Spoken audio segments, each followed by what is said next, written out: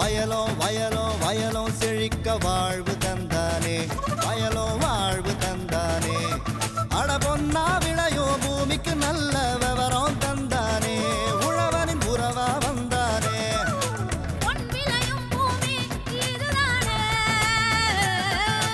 வயலோ வயலோ வயலோ செழிக்க வாழ்வு தந்தானே வயலோ வாழ்வு தந்தானே அட பொன்னா விளையோ பூமிக்கு நல்ல விவரம் தந்தானே உழவனின் உறவா வந்தானே தந்தன தந்தன தன தந்தானே மண்ணளம் பொங்கிட துணை வந்தானே தந்தன தந்தன தன தந்தானே மண்ணளம் பொங்கிட துணை வந்தானே. திருவாரூர் மாவட்டம் நீடாமங்கலம் தாலுகா ஆதனூர் கிராம விவசாயி சுமித்ரா பாஸ்கரன்.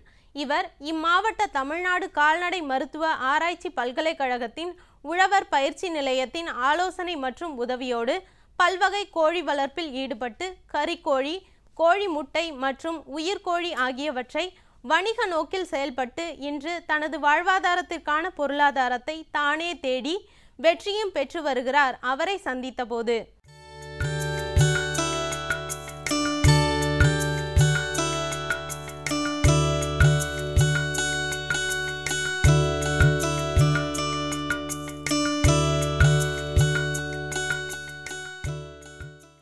நாங்கள் 1.5 வருஷத்துக்கு முன்னாடி ஹவுஸ் ஒய்ஃபாக இருக்கேன். என் குழந்தைனால தான் நாங்கள் ஆடு ஃபஸ்ட்டு வாங்கினோம்.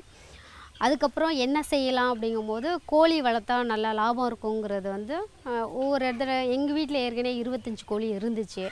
அதெல்லாம் இன்னும் நல்ல வெரைட்டியாக செஞ்சால் நல்லா லாபம் கிடைக்குமான்னு பார்த்தோம். அப்போ நாங்கள் கேவிகேக்கு போனோம். கேவிகேயில் நாமக்கல் 1 இதெல்லாம் வளர்த்தாங்க. அதை பார்த்துட்டு அவங்கள்ட்ட நாங்கள் அட்வைஸ் கேட்டோம். நாங்கள் சண்டைக்கோழி தான் ஃபஸ்ட்டு ஆரம்பம் வளர்த்தோம். அதுக்கப்புறம் நாட்டுக்கோழி, அப்புறம் நந்தனம் 1 கொடுத்தாங்க. நந்தனம் 1 வளர்த்துக்கிட்ருக்கோம். நிறைய வெரைட்டி இருக்குது எங்கள்கிட்ட.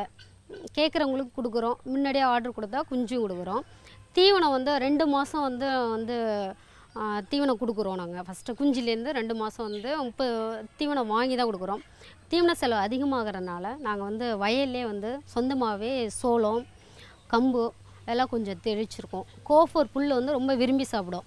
அதனால் கோஃபோர் புல் வெட்டி போடுறோம். நாங்கள் கோதுமை இதெல்லாம் கொடுக்கறதுனால எங்களுக்கு தீவன செலவு அவ்வளோதான் தெரியலை. வீட்டிலே எல்லாமே கிடைக்கிறதுனால எல்லாம் எங்களுக்கு அவ்வளோதான் தெரியலை.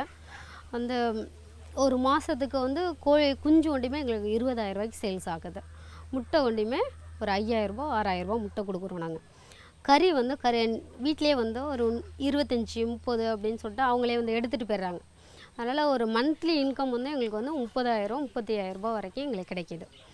தீவன செலவு அதில் எனக்கு ஒரு 5,000 ரூபா தான் எனக்கு செலவாகும். மீதி எல்லாம் அது நாங்கள் புறக்கடை கோழியாக வளர்க்குறதுனால எங்களுக்கு செலவு அதிகமாக இல்லை. இப்போ இன்னும் கோழியை நல்ல வெரைட்டியாக நல்லா இன்க்ரீஸ் பண்ணணும் தான் எங்களுக்கு ஆசை. இப்போ எங்கள்கிட்ட ஒரு 1,500 கோழி இருக்குது. எல்லா ஹவுஸ் ஒய்ஃபுமே இது மாதிரி வீட்டில் ஏதாவது செய்யணும் அப்படிங்கும்போது ரொம்ப அதிக செலவு கிடையாது. கோழிங்கிறது அதிக செலவு கிடையாது. உங்களுக்கு குஞ்சு வாங்கி ஒரு 10 நாள் குஞ்சு நாங்கள் ஃபஸ்ட்டு வீட்டில் அட்டைப்பட்டியில் வச்சு ஒரு பல்பு வச்சு நாங்கள் செய்வோம். அதுமாதிரி நீங்கள் ட்ரை பண்ணலாம். பண்ணால் எல்லாருக்குமே நல்ல ஒரு வருமானம் கிடைக்கும். வீட்டில் சும்மா தான் இருக்கும், எங்களுக்கு எந்த இன்கம் இல்லை, ஹஸ்பண்ட் வாங்குகிற சம்பளம் பத்தலை அப்படியெல்லாம் சொல்ல வேண்டிய அவசியமே இல்லை. நீங்கள் வீட்டிலேருந்து ஒரு நிரந்தரமாக ஒரு 10,000 ரூபாங்கிறது சர்வசாரமாக செய்யலாம். இது நாங்கள் கோழி இருந்தால் வெளியில் எந்த ஃபங்க்ஷன் போக முடியல, குழந்தைங்கள கவனிக்க முடியல அப்படியெல்லாம் சொல்ல முடியாது. நீங்கள் 1 மணி நேரம் தான் அதுக்கு நம்ம மெனக்கட போகிறோம். ஈவினிங் தானாக அடைஞ்சிட போகுது. நம்ம புறக்கடை கோழி தான் வளர்க்குறோம். அதனால் ரொம்ப சிரமம் கிடையாது. உங்களுக்கு கண்டிப்பாக செய்யலாம். செய்கிறவங்க அவங்களுக்கு என்ன ஆலோசனையோ அவங்களுக்கு என்ன ஹெல்ப்போ கேட்டால் நாங்கள் கண்டிப்பாக செஞ்சு தரோம்.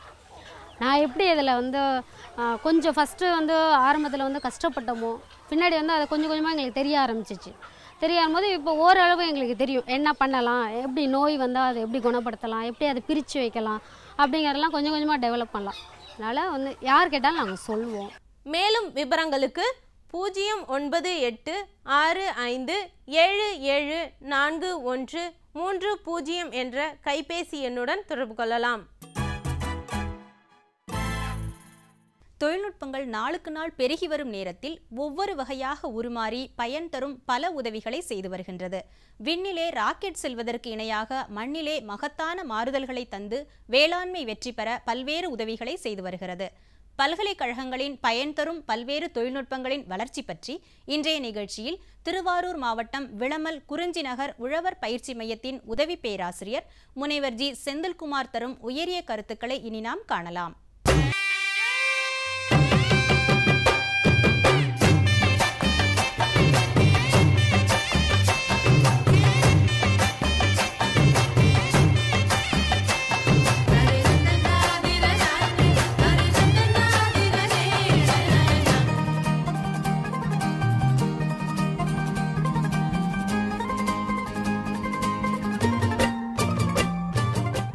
இந்தியாவில் வந்து பால்வள தொழிலோட வளர்ச்சி வந்து கிட்டத்தட்ட ஒரு 15-17% வந்து ஆண்டுக்கு வளர்ச்சி அடைந்து வருகிறது.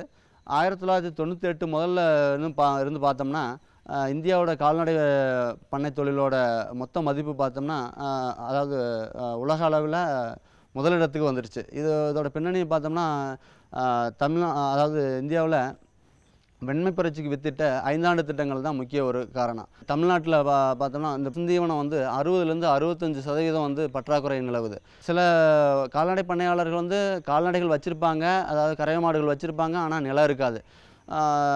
இதை தவிர பார்த்தா இந்த கால்நடைக்கு தேவையான தீவனங்கள், அதாவது கலப்பு தீவனம் அல்லது அடர் தீவனம் சொல்லுவோம், இது வந்து பலதானிய கலவை தான் வந்து கலப்பு தீவனம். இந்த கலப்பு தீவனம் தயாரிக்கிறதுக்கு பல மூலப்பொருள்கள் தானியங்கள் தேவைப்படுது.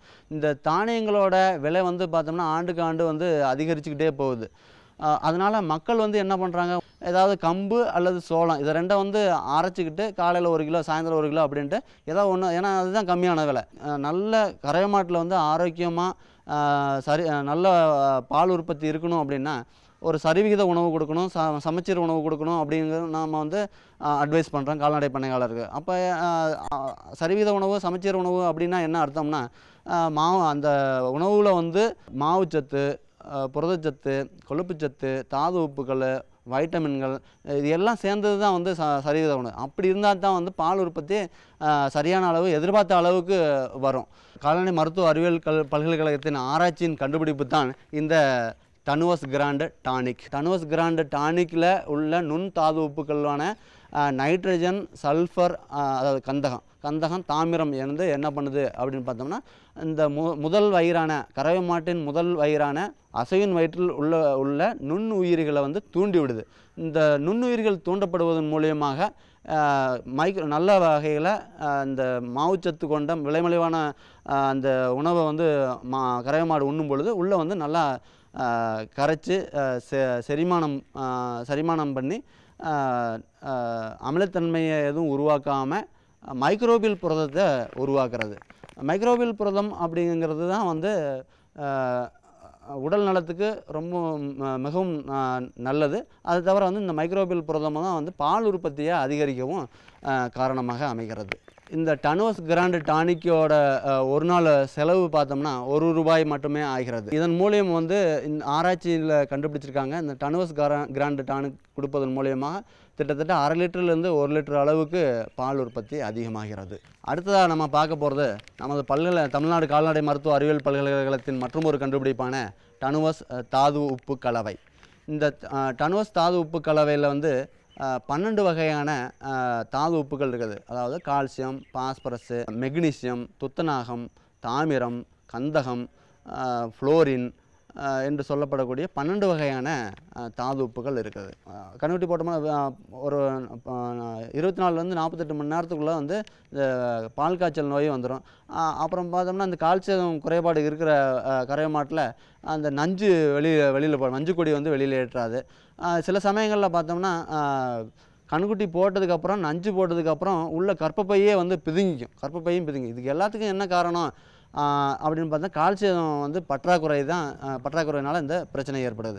அதை தவிர வந்து கருவு வளர்ந்துக்கிட்டு இருக்கும், கண்ணுக்குட்டி போகிற டைமில் கர்ப்பப்பை வந்து சுருங்கி அந்த கண்ணுக்குட்டியுள்ளே இருக்கக்கூடிய கருவை வெளியேற்றுறது கூட வந்து இந்த கால்சியம் வந்து மிக முக்கிய பங்கு வகிக்கிறது. இதை தவிர கால்சியத்தோட மிக முக்கிய பயன்பாடு என்னென்னு அப்படின்னு பார்த்தோம்னா கரு வளர்ச்சியில் மிக முக்கிய பங்கு வகிக்கிறது. என்ன காரணம் பார்த்தா இந்த முதல்ல கரு வளர்ச்சியில் எலும்பு தான் வந்து உருவாகும். இந்த எலும்பு உருவாகிறதுக்கு ஏற்கனவே நான் சொல்லியிருக்கிறேன், கால்சியம் வந்து ரொம்ப முக்கியம் அப்படின்னு. கருவில் வளர்ச்சியில் முதல்ல எலும்பு உருவாகி அது எலும்புக்கு இடைப்பட்ட பகுதியில் தசை உருவாகி அப்படியே வந்து கரு வளர்ச்சி அடைஞ்சு அந்த 9 மாதம் தாண்டும் 275 நாள் தாண்டும்போது பசுமாடு வந்து கன்றுக்குட்டி போடுது. இப்போ தேவையான அளவு பசும் தீவனத்தின் மூலியமாகவோ கலப்பு தீவனத்தின் மூலியமாகவோ அல்லது இந்த மாதிரி தாதுப்பு கலவையை வந்து கொடுக்காம விட்டுட்டோம்னா என்ன ஆகும், இந்த கரு வளர்ச்சியில் எலும்பு வந்து உருவாகாமல் குறைப்பிரசவமாக அல்லது அங்கம் ஊனமடைந்த நிலையிலும் வந்து கன்றுக்குட்டி உருவாகிறதுக்கு வாய்ப்பு இருக்குது. ஸோ அந்த வகையில் இந்த டனுவஸ் தாதுப்பு கலவை சினையாக இருக்கும் பொழுதே வந்து கொடுத்து வந்தால் கரு வளர்ச்சி நன்றாகவும் அமையும். அது தவிர வந்து கன்றுக்குட்டி போடுறத, அதாவது கன்றுக்குட்டி ஈன்றெடுக்கிறதுலையும் எந்த பிரச்சனையும் வராது. அதுக்கப்புறம் வந்து கன்றுக்குட்டி போட்டதுக்கப்புறம் கர்ப்பப்பை பிதுக்கமும் வராமல் தடுக்கலாம். நஞ்சும் வந்து நல்லபடியாக போட்டுரும். அப்புறம் வந்து இந்த இதோட அளவு இதில் இருக்கக்கூடிய மற்ற தாது உப்புகளை பற்றி பார்த்தோம்னா மெக்னீசியம், ஜிங்கு இதெல்லாம் உடல் வளர்ச்சியில் மிக முக்கிய பங்கு வகிக்கிறது. தாது உப்பு கலவையில் இருக்கக்கூடிய ஜிங்கு, செலினியம் பார்த்தோம்னா உடலில் வந்து நோய் எதிர்ப்பு சக்திக்கு ரொம்பவும் உபயோகரமாக இருக்கிறது. நோய் எதிர்ப்பு சக்தி அப்படின்னா என்னது, நோயை வராமல் தடுக்கிறது தான், அதான் நோய் எதிர்ப்பு சக்தி. ஆன்டி ஆக்சிடெண்ட்டாக செயல்படுகிறது இந்த செலினியம் என்று சொல்லக்கூடிய தாது உப்பு வந்து ஆன்டி ஆக்சிடெண்ட்டாக செயல்படக்கூடிய உடம்புல இருக்கக்கூடிய நச்சு பொருள்கள்லாம் வெளியேறுது. அந்த வகையில் மொத்தமாக வந்து இந்த டனுவஸ் தாது உப்பு கலவையில் இருக்கக்கூடிய தாது உப்புகள் அனைத்தும் உடலில் நோய் எதிர்ப்பு சக்தியை அதிகரிக்கிறது, உடல் நலத்தை வந்து நன்றாக வைத்துக்கொள்கிறது மற்றும் பால் உற்பத்தியை அதிகப்படுத்துகிறது. இது இந்த டனுவஸ் தாது உப்பு கலவை வந்து ஒரு நாளைக்கு கறவை மாட்டுக்கு வந்து 30 கிராம்லேருந்து 40 கிராம் வரைக்கும் கொடுக்கணும். சினை மாடாக இருந்தால் 30 கிராம் வரைக்கும் கொடுக்கணும். கன்றுகளுக்கு வந்து 5 கிராம் கொடுக்கணும். கிடையறிகளுக்கு வந்து 10லேருந்து 15 கிராம் கொடுக்கணும். மேலும் விவரங்களுக்கு 09 44 43 27 002 என்ற எண்ணில் தொடர்பு கொள்ளலாம். மீண்டும் நாளைய பொன் விளையும் பூமி நிகழ்ச்சியில் சந்திப்போம். நன்றி, வணக்கம்.